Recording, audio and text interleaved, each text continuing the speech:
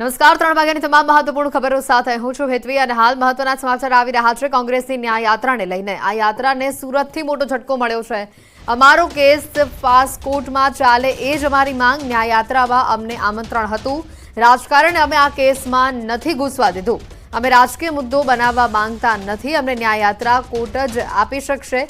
જમાવડો કરી અરાજકતા ફેલાવી તે સ્વીકાર્ય નહીં। રાજકીય લાભ ખાંટવા ઈચ્છે તો તે સ્વીકાર્ય નહીં તેવું સુરતના લોકોનું નિવેદન સામે આવ્યું છે। સરકાર તમને આ 5.5 વર્ષથી ન્યાય અપાવવામાં નિષ્ફળ ગઈ છે। બીજી બાજુ વિપક્ષ એટલે કે કોંગ્રેસની ન્યાય યાત્રા ગુજરાત તરફ આવી રહી છે। તમને લોકોને આમંત્રણ આપવામાં આવ્યું છે, તેને લઈને શું કહેશો? ચોક્કસ એ લોકોને બી અમને આમંત્રણ હતું કે ન્યાય યાત્રામાં જોડાવ, પણ જ્યારથી અમારો કેસ આ ઘટના બની ત્યારથી અમે કોઈપણ રાજકારણને અમે અમારા કેસમાં ઘૂસવા નથી દીધું। રાજકીય મુદ્દો અમે કોઈ પણ બનવા માંગતા નથી। અમારે ફક્ત ન્યાય જોઈએ છે અને ન્યાય ફક્ત કોર્ટ આપી શકશે। બહારથી કાયદાકીય રીતે કોઈ પણ રીતે તમે જો કોઈ હેલ્પ કરવા માંગતા હોય તો મોસ્ટ વેલકમ। અત્યાર સુધી ઘણા ખરા લોકોએ અમારી મદદ પણ કરી છે, સ્થાનિક નેતાઓએ મદદ કરી છે, સ્થાનિક કાઉન્સિલરોએ પણ મદદ કરી છે, નગરસેવકોએ પણ મદદ કરી છે। કેસ એવો સંવેદનશીલ હતો કે બધાની સહાનુભૂતિ હોય જ, તો એવા લોકોને અમે મોસ્ટ વેલકમ કરીએ છીએ। પણ બહારથી આવી રીતે કોઈ પણ જમાવડો કરીને અરાજકતા ફેલાવીને રાજકીય લાભ ખાટવા જો કોઈ ઈચ્છતું હોય તો અમે એ લોકોને એન્ટ્રી થવા દેવા માંગતા નથી। બિલકુલ રાજકારણને નથી પ્રવેશ કરવા દેતા। અન્ય વાલી છે, આપણે એમની સાથે વાત કરીશું કે શું કેવું છે આપનું નામ? દિનેશભાઈ કેવડિયા। દિનેશભાઈ શું કહેશો? કારણ કે 5.5 વર્ષથી બહુ લાંબી લડત થઈ ગઈ છે, તે છતાં ન્યાય મળતો નથી। પછી વિપક્ષ હોય કે વિપક્ષ હોય કોઈ મદદ આવતું નથી, તો ન્યાય કેવી રીતે? એ માટે જ આજે અમે એકઠા થયા છીએ અને તમારા વતી અમે સરકારને એક મેસેજ આપવા માગીએ છીએ કે તમે પણ કોશિશ કરો। અને 5.5 વર્ષ થયા છે આ કેસને, 5.5 વર્ષ થઈ ગયા છે। હવે તાજા બનેલા કેસની તો શું હાલત થશે, બરોબર છે? છતાંય કોઈ અમને કોઈ આશા ન્યાયની દેખાતી નથી। એની માટે અમે સરકારને અપીલ કરવા ભેગા થયા છીએ। તમારા વતી અમે સરકારને મેસેજ આપવા માગીએ છીએ કે ફાસ્ટ ટ્રેક કોર્ટ ચલાવવામાં અમે સરકારને સીના પ્રતિનિધિને મળ્યા હતા, એણે કીધું અમે અરજી નાખી હતી પણ અમારી અરજી રિજેક્ટ થઈ છે। તો હું માનનીય હાઈકોર્ટને પણ વિનંતી કરું છું કે અમારા પીડિત પરિવારોને સામું જોઈ અને ડે ટુ ડેનો આપો, કાંઈ નહીં મહિનામાં 5 તારીખ 10 તારીખ તો આપો। મિકેનિઝમ અલગ ઊભું કરવાની કોઈ જરૂર નથી। દર મહિને 10 દિવસ તો કેસ ચલાવી શકો કે નહીં, તો એ કરાવો, તેથી અમારો જલ્દી કેસ પતી જાય અને અમને ન્યાય મળી જાય, તો અમારો રિઝલ્ટ પાર્ટ અમારો બંધ થઈ જાય। બિલકુલ 22 વાલીઓ ભેગા થયા છે। હું ફરી એકવાર એ બિલ્ડિંગ બતાવવા માંગીશ કે આ એ જ બિલ્ડિંગ છે કે જ્યાં 2019ની સાલમાં 22 જેટલા બાળકો મોતને ભેટા હતા અને જે પ્રકારની આ ઘટના બની 5.5 વર્ષનો સમય થઈ ગયો છે। ન્યાય માટે લાંબી લડત થઈ ગઈ છે, પણ ન્યાય માટે લડવા છતાં પણ ન્યાય નથી મળતો। પછી એ પક્ષ હોય કે વિપક્ષ હોય, તમામ લોકો ખાલી વાર્તાઓ કરે છે, રાજકારણ કરવાનો પ્રયાસ કરે છે, પણ વાલીઓ મક્કમ છે, તેમને માત્ર ન્યાયથી મતલબ છે। કેમેરામેન ભરત બ્રહ્મભટ્ટ સાથે કીર્તેશ પટેલ, ન્યૂઝ 18 ગુજરાતી, સુરત। કોંગ્રેસની ન્યાય યાત્રાને રાજકોટથી પણ મોટો ઝટકો મળ્યો છે। અગ્નિકાંડના પરિવારો ન્યાય યાત્રામાં નહીં જોડાય। સરકારે અમારી માંગણી સ્વીકારી છે। ન્યાય યાત્રામાં જઈ અમે સમય બગાડવા માંગતા નથી। કોંગ્રેસ પોતાના રોટલા શેકી રહી છે। આ રાજકોટવાસીઓનું નિવેદન સામે આવ્યું। કોંગ્રેસની ન્યાય યાત્રાને લઈને રાજકોટથી પણ મોટો ઝટકો મળ્યો છે। તેઓ આ રાજકોટવાસીઓ આ ન્યાય યાત્રામાં નહીં જોડાય તેવું તેમણે નિવેદન આપ્યું છે। સાથે જ કોંગ્રેસ પોતાના રોટલા શેકી રહી હોવાનું પણ તેમણે ઉમેર્યું છે। સરકારે જે માંગ છે આપણી, એ માંગ સરકાર સ્વીકારવા તૈયાર છે, તો પછી ખોટું દોડવાનો કંઈ જ્યાં ત્યાં મતલબ નથી। ઘરના ટાઈમ બગાડી ઘરના કે ન્યાય યાત્રામાં જવામાં એ લોકો એ બસમાં કે ગાડીમાં લઈ જાય છે, મૂકી જાય છે, એ એના રોટલા શેકવાની વાત છે। ન્યાય યાત્રા હોય કે ભાઈ પછી તિરંગા યાત્રા, એમાં અમારો કોઈ ઇન્ટરેસ્ટ નથી, અમને એમાં કોઈ રસ નથી। જે છે અત્યારે આપણે જે કંઈ માંગણી છે એ સ્વીકારાય છે, એમાં આપણને પૂરો સપોર્ટ છે। SC/ST અનામતમાં ફેરફારનો વિચાર નહીં। કેન્દ્ર કે રાજ્યની ફેરફાર અંગે કોઈ વિચારણા નથી। SC/ST અનામત કોટા અંગે સાંસદનું મોટું નિવેદન અહીંયા સામે આવ્યું છે। ભાજપ MP વિનોદ ચાવડાએ કહ્યું છે કે પીએમને રજૂઆત કરી, પીએમએ આશ્વસ્ત કર્યા કે આવો કોઈ વિચાર નથી। આ માત્ર સુપ્રીમ કોર્ટનો અભિપ્રાય છે। કોંગ્રેસ અનામત દૂર કરવામાં આવશે તેવો ખોટો ભ્રમ ફેલાવી રહી છે।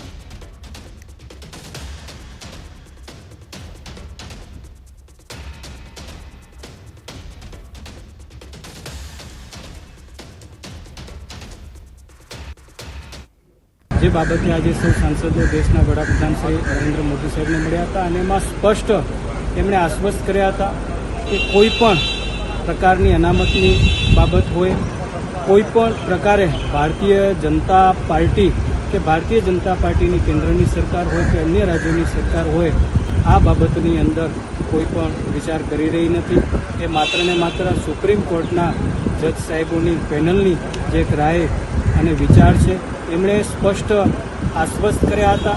આ માત્ર ને માત્ર જે પ્રકારે દેશમાં કોંગ્રેસની સરકાર અને વિપક્ષ દેશના એસસી અને એસટી વર્ગના લોકોને જે ગુમરાહ કરી રહી છે, અનામત દૂર કરવા માટેની જે અફવા ફેલાવી રહી છે, એ વાતનું પણ આજે ખંડન કર્યું હતું. 9મી ઓગસ્ટ એટલે કે આજ રોજ વિશ્વ આદિવાસી દિવસની ઉજવણી થઈ રહી છે. રાજ્યભરમાં 27 જેટલા સ્થળો પર સરકારી કાર્યક્રમો યોજાયા હતા. તાપી જિલ્લામાં પણ ડોલવણ અને ઉછળના બાબરઘાટમાં કાર્યક્રમ યોજાયો, જેમાં ડોલવણ ખાતે રાજ્યના ગૃહમંત્રી હર્ષ સંઘવી ઉપસ્થિત રહ્યા. રાજ્યના ગૃહમંત્રી હર્ષ સંઘવીએ કોંગ્રેસ ઉપર આક્ષેપ કર્યા હતા અને કહ્યું હતું કે કોંગ્રેસ દ્વારા આદિવાસી સમાજનો ઉપયોગ માત્ર વોટ બેંક માટે જ કરવામાં આવ્યો.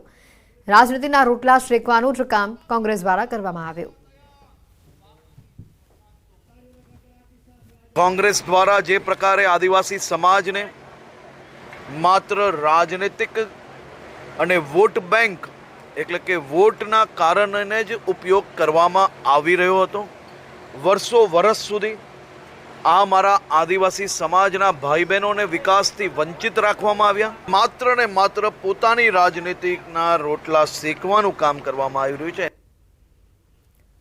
સમગ્ર રાજ્યમાં આજે વિશ્વ આદિવાસી દિવસની ઉજવણી થઈ રહી છે, ત્યારે સુરતમાં પણ આદિવાસી સમાજે ધામધૂમથી વિશ્વ આદિવાસી દિવસની ઉજવણી કરી. પારંપરિક કપડાઓ સાથે સુરતના રસ્તાઓ પર પારંપરિક ડાન્સ કરી ઉજવણી કરી. સુરત શહેરના લોકો માટે આકર્ષણનું કેન્દ્ર બન્યા.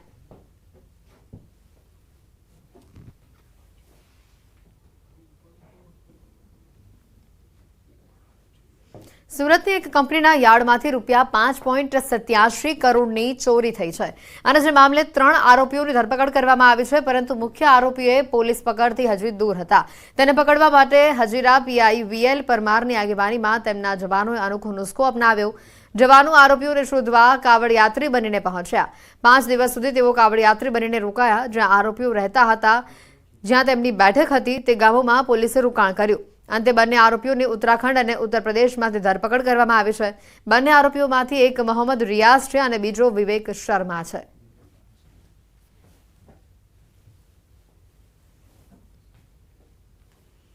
સુરત શહેરના સહારા દરવાજા પાસે આવેલી એપીએમસીની 5 સ્ટાર હોટલની 27 ઓગસ્ટે હરાજી થશે.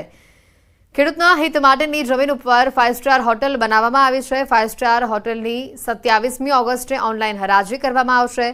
હોટલની અપસેટ વેલ્યુ 320 કરોડ નક્કી કરવામાં આવી છે, જેમાં જમીનની કિંમત 165 કરોડ અને હોટલની કિંમત 155 કરોડ આંકવામાં આવી છે. 2012-13માં એપીએમસીએ ખેતી વિષયક પ્રવૃત્તિના બદલે હોટલ બનાવવા કરાર કર્યા હતા.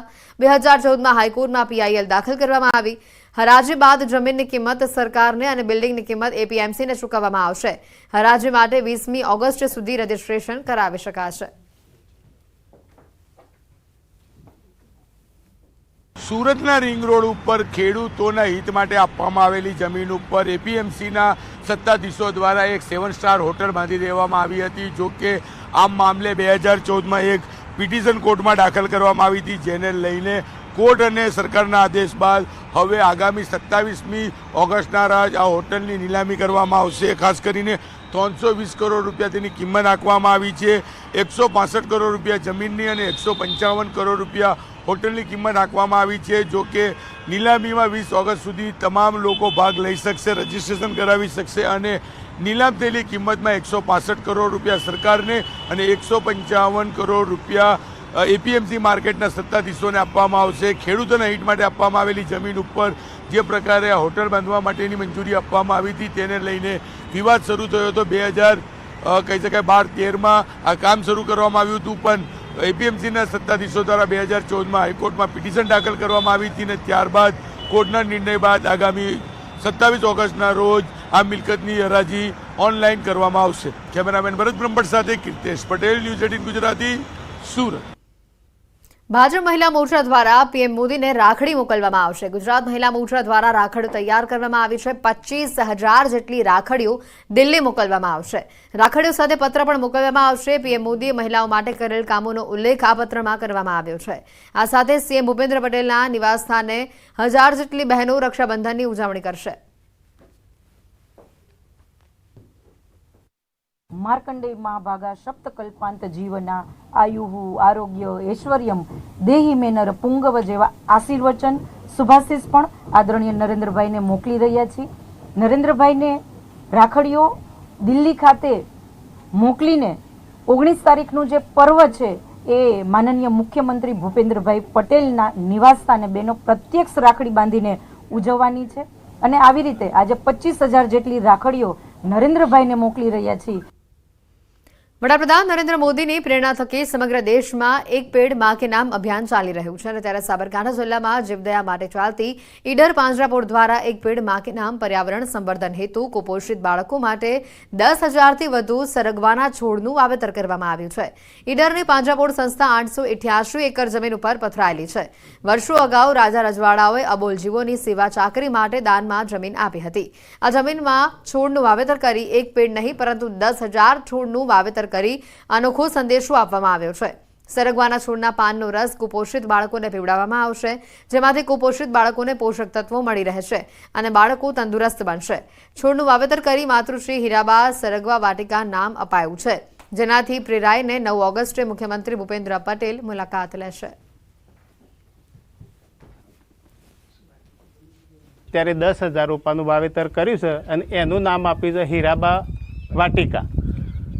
આ રીતે અમે રોપા ઉછેર કરેલો છે સરગવાનો અને એક પેડ માં કે નામ આ રીતના કરીને એનું નામ આપેલું છે. 10,000 રોપાઓનું વાવેતર કર્યું અને અમે આનું પાવડર અને આની સિંગો એ કુપોષિત બાળકોને પહોંચાડીશું અને સરકારના અમે એ રીતે મદદરૂપ થઈશું.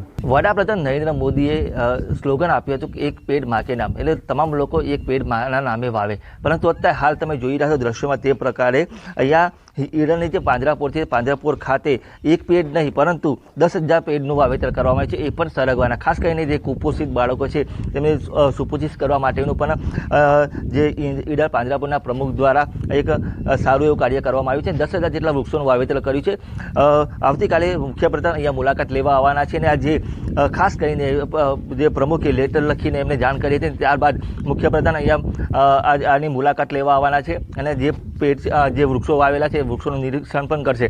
એટલે હજુ પણ આનાથી પણ વધુ વૃક્ષો 10,000થી પણ વધુ વૃક્ષો બીજા 10,000 વૃક્ષોનું વાવેતર પણ કરવામાં આવશે. એટલે ખાસ કરીને જે કુપોષિત બાળકો છે તેમના આ સરગવાની સિંગો અથવા એમના પાન એમનાથી જે આરોગ્યપ્રદ કહેવાય છે અને આનાથી ઔષધીય વૃક્ષ પણ ગણવામાં આવે છે, જેથી ખેડૂતોને અને જે લોકોને પણ આનાથી ફાયદો થાય અને આનો પાવડર બનાવીને પણ વેચાણ કરવામાં આવે તો જે કુપોષિત બાળકો છે તેમને પણ ફાયદો થઈ શકે તે માટેનો આ એક સારું એવું ઉમદા કાર્ય કરવામાં આવ્યું છે. ઈશાન પરમાર, ન્યૂઝ 18 ગુજરાતી, સાબરકાંઠા. ભારત તરફથી ઓલિમ્પિકમાં ગોલ્ડ મેડલની પ્રબળ દાવેદાર એવી રેસલર વિનેશ ફોગાટને નિયમ મુજબ ગેરલાયક ઠેરવાઈ હતી. તેના પગલે બોટાદ શહેરની સાંદીપની વિદ્યાનિકેતનના વિદ્યાર્થીઓ, શિક્ષકો અને સંચાલકોએ અનોખી રીતે સમર્થન કર્યું છે. આઈ proud of you Vinesh Phogat, I support Vinesh Phogat જેવા બેનરો લખી સમર્થન જાહેર કર્યું હતું. વિદ્યાર્થીઓએ ફ્લેક્સ બેનરની સાથે સપોર્ટ કર્યું છે તેમજ પોસ્ટકાર્ડ લખી સમર્થન કર્યું છે. શાળા દ્વારા ગોલ્ડ મેડલ તૈયાર કરવામાં આવ્યો છે, જે પત્રો અને મેડલ સાથે મોકલી અપાશે. વિનેશ ફોગાટને અનોખી રીતે પ્રોત્સાહિત કરવા આ કાર્યક્રમનું આયોજન કરવામાં આવ્યું હતું. વિનેશ ફોગાટ છે 50 કિલો અને 100 વજનને માથે ડિસ્કોલિફાય કરી દેવામાં આવી છે. તેને ખૂબ જ મહેનત કરી પણ તે ગોલ્ડ મેડલથી થોડીક જ આગી રહી ગઈ છે. એને ભલે ગોલ્ડ મેડલ ના જીતી પણ દેશના દરેક લોકોના દિલ જીતી લીધા છે. અમારી સ્કૂલ તરફથી દરેક વિદ્યાર્થીઓએ પત્ર લખીને એને મોકલવાનો છે અને ગોલ્ડ મેડલ પણ આપવામાં આવ્યો છે. વિનેશ ફોગાટ જે 50 કિલો અને માથે 100 ગ્રામ માટે ડિસ્કોલિફાઈડ કરી દેવામાં આવી છે, તેથી તેને આખી રાત દિવસ મહેનત કરી હોય, તેને 100 ગ્રામ માત્ર વજન માટે તેને ડિસ્કોલિફાઈડ કરી દેવામાં આવે છે.